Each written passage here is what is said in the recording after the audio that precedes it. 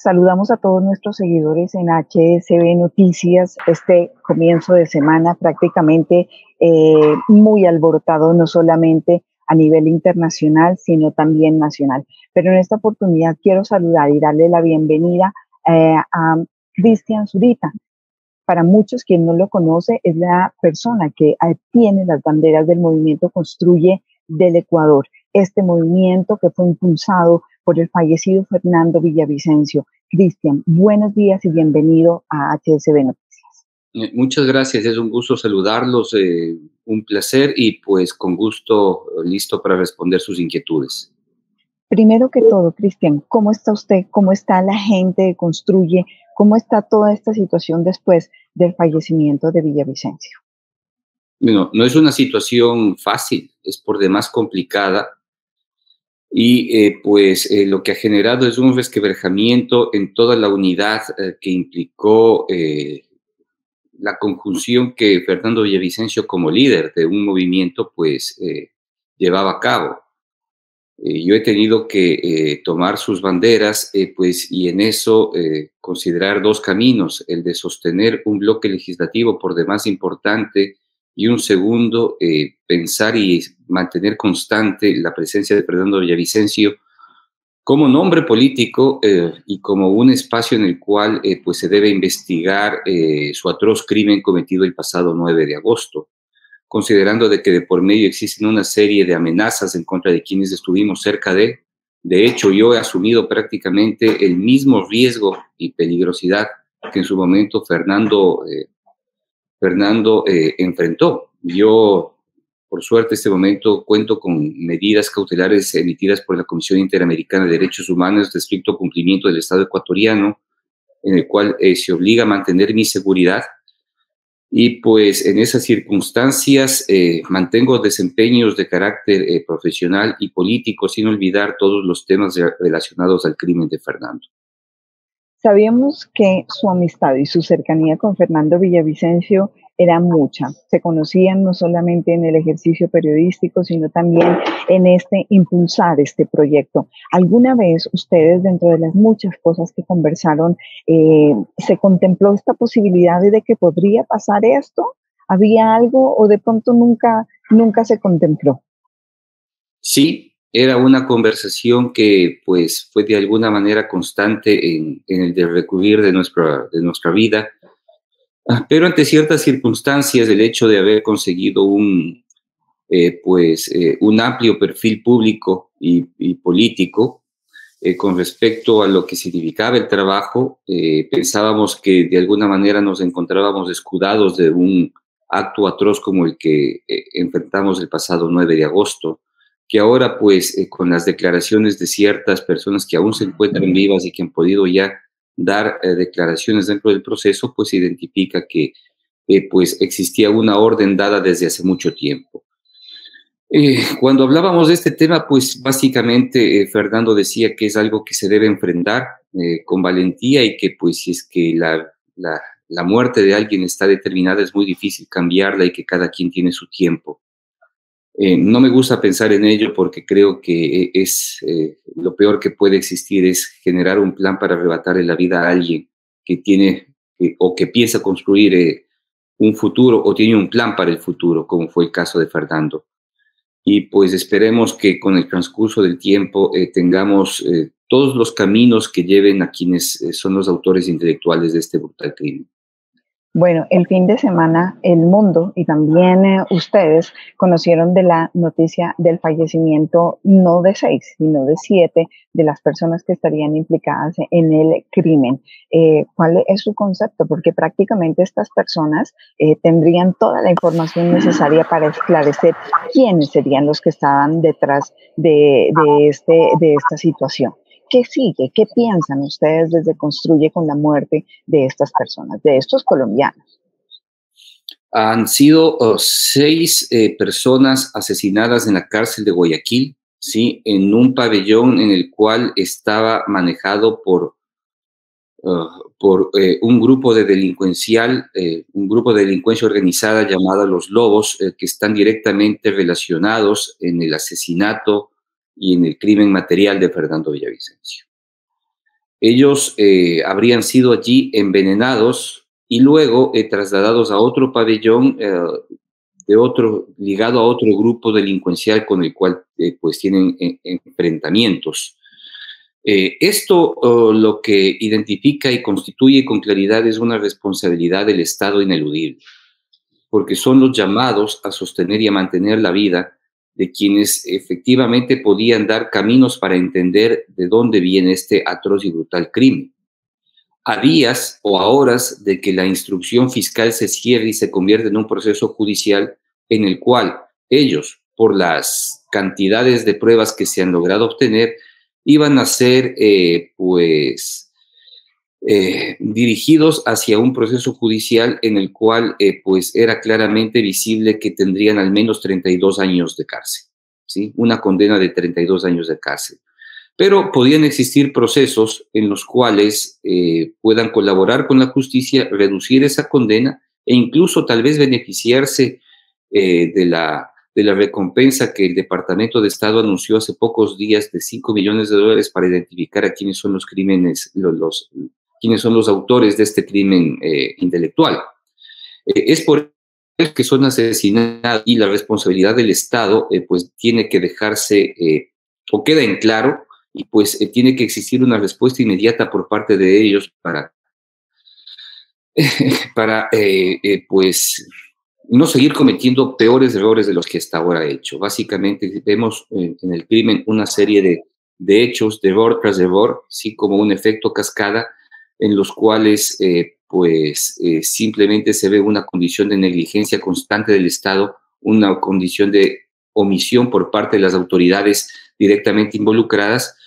Sin embargo, a pesar de ello, hubo un sobreviviente colombiano, ¿sí?, que ayer ha presentado su declaración juramentada dentro del proceso judicial y parece que brindará a luces por demás importantes para entender ciertos caminos de dónde puede ver o de dónde puede venir la instrucción intelectual de este crimen.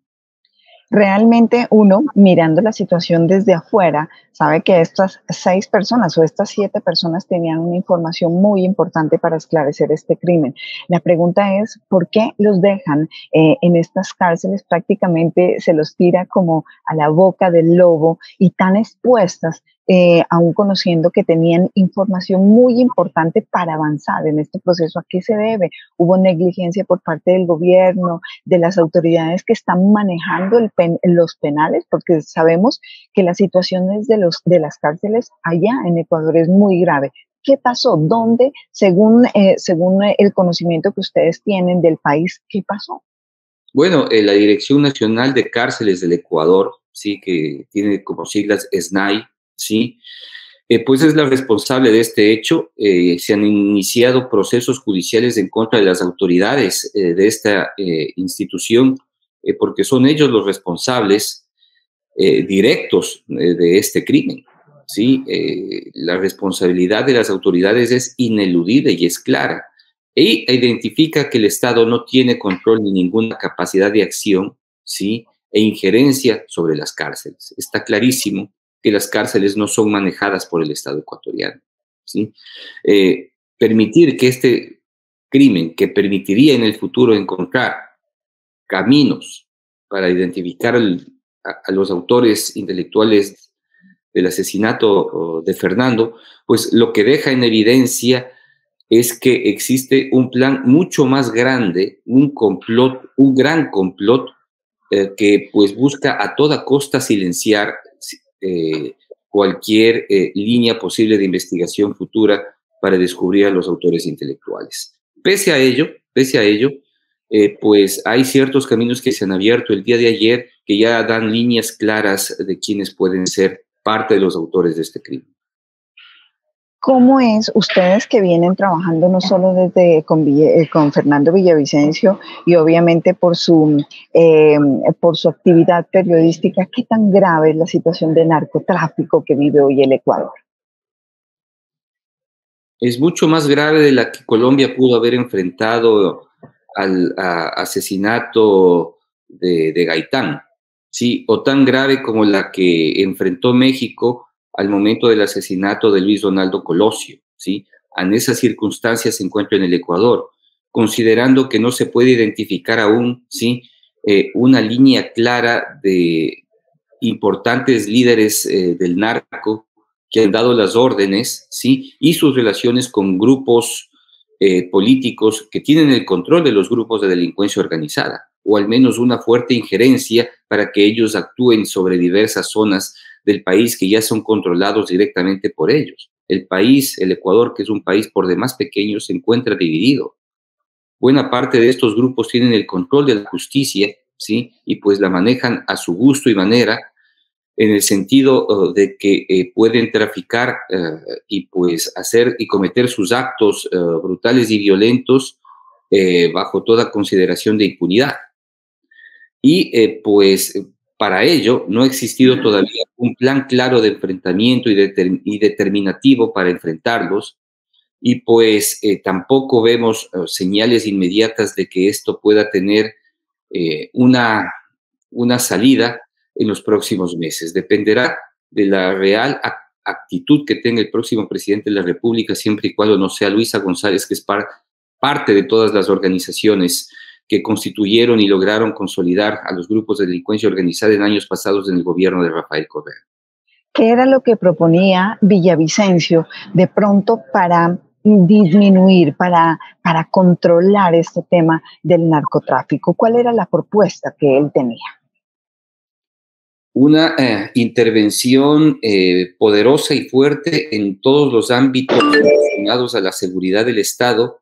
Se entiende y se comprende que existen vasos comunicantes importantes con los grupos de delincuencia organizada, del establecimiento de un grupo de toma de decisiones que permita pues intervenir con fuerza y determinación a dos niveles, a los altos mandos de los grupos de delincuencia organizada, los grupos medios, ¿sí?, y aquellos que son operativos en el campo, y pues establecer un sistema de inteligencia que permite identificar con claridad la economía criminal, que es de donde ellos se nutren para mantener vivo y pues constituir incluso identidades dentro de la sociedad que ellos pues tienen el control y manejan, así como establecer las formas legales para quitarles las propiedades, bienes y todo el patrimonio posible a todos estos grupos que tienen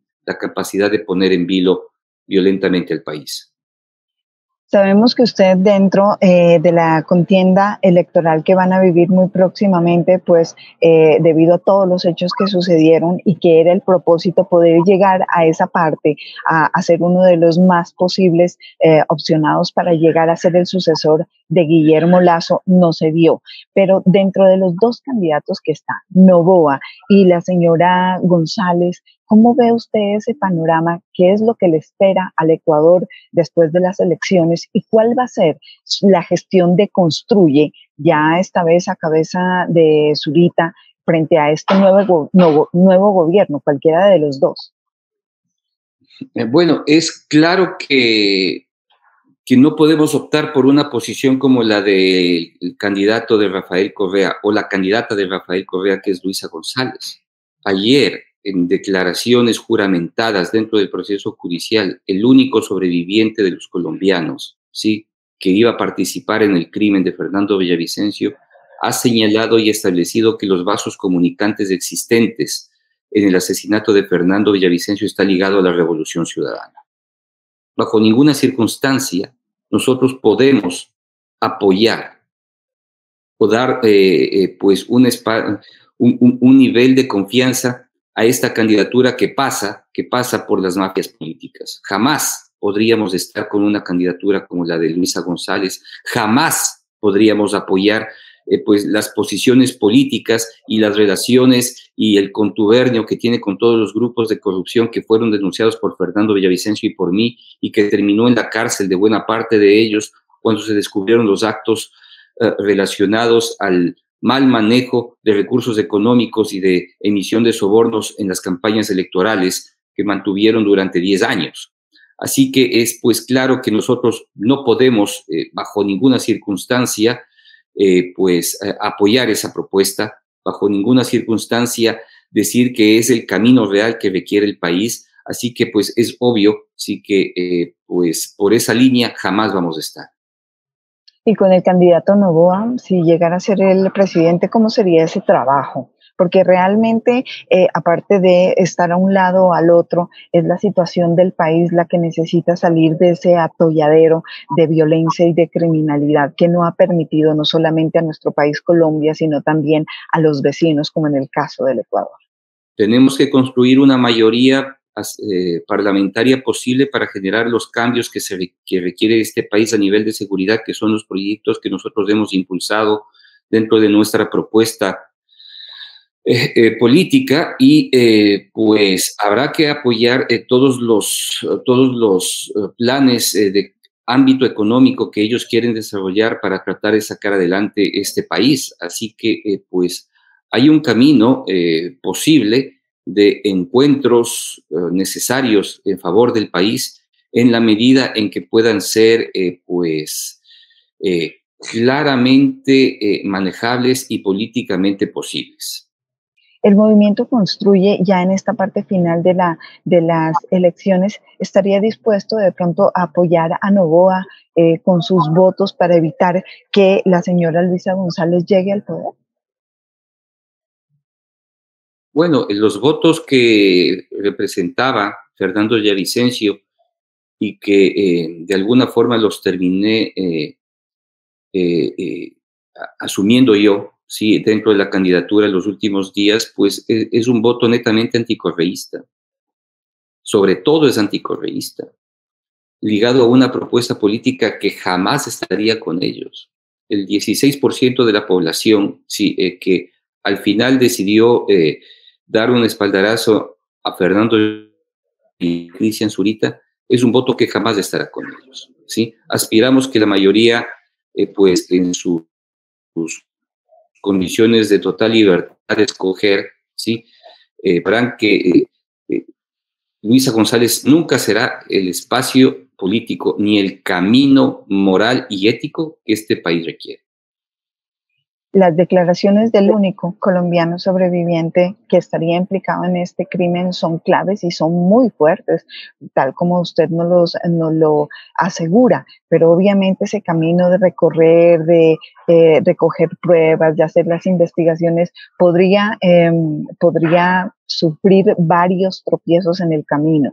Mientras eso sucede y mientras se conoce la verdad, que creo que es la que todo el mundo conoce, Cristian, ¿de dónde saca usted la fortaleza y el coraje para poder liderar un equipo que está golpeado, que está triste, que uno dijera, bajamos la ventana y no nos interesa? ¿De dónde saca usted todo ese coraje? Bueno, he debido asumirlo con una resiliencia única, ¿sí? Además, en un espacio en el cual pues yo me encuentro en una condición de riesgo altísima, ¿sí? Y frente a eso, tratar de establecer ciertas condiciones de liderazgo de los cuales yo nunca pensé estar al frente. Es un hecho primero de responsabilidad personal.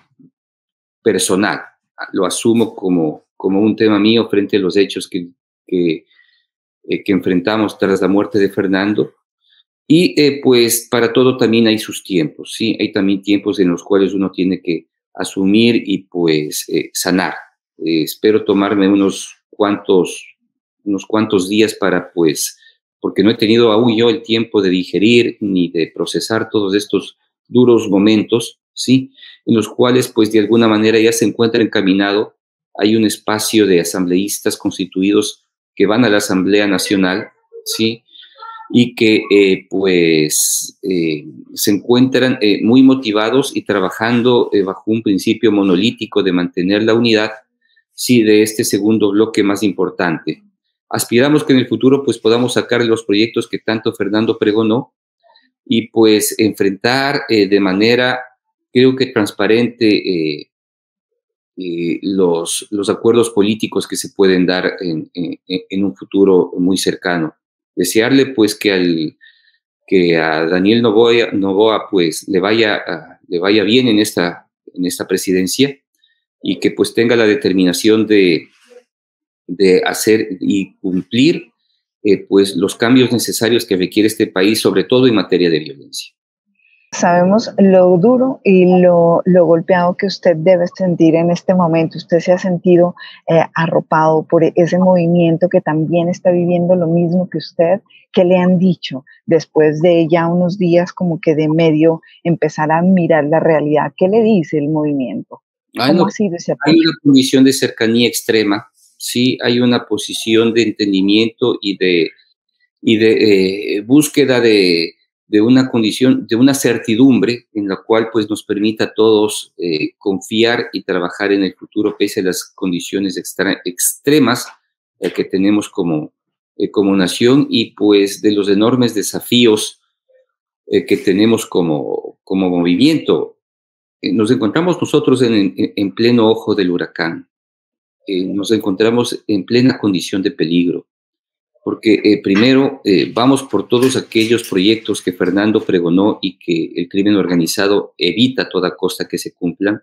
Debemos de investigar la muerte de Fernando Villavicencio y debemos de enfrentar a todos estos grupos políticos ligados a los grupos de delincuencia organizada a través de sus diversos vasos comunicantes en los cuales pues intentan camuflarse generando condiciones de política extremas, ¿sí? Extremas, en un país que todavía no termina de entender cómo este fenómeno se constituyó tan rápido y fuertemente. ¿Usted teme por su vida, Cristian? Pero por supuesto, este momento mi perfil de seguridad, mi perfil de riesgo es del 93%, ¿sí? Fernando Villavicencio fue asesinado con un perfil del 97%, es decir, tengo casi el mismo nivel de riesgo. Si no tomo las precauciones, voy a ser asesinado. Esa es la condición.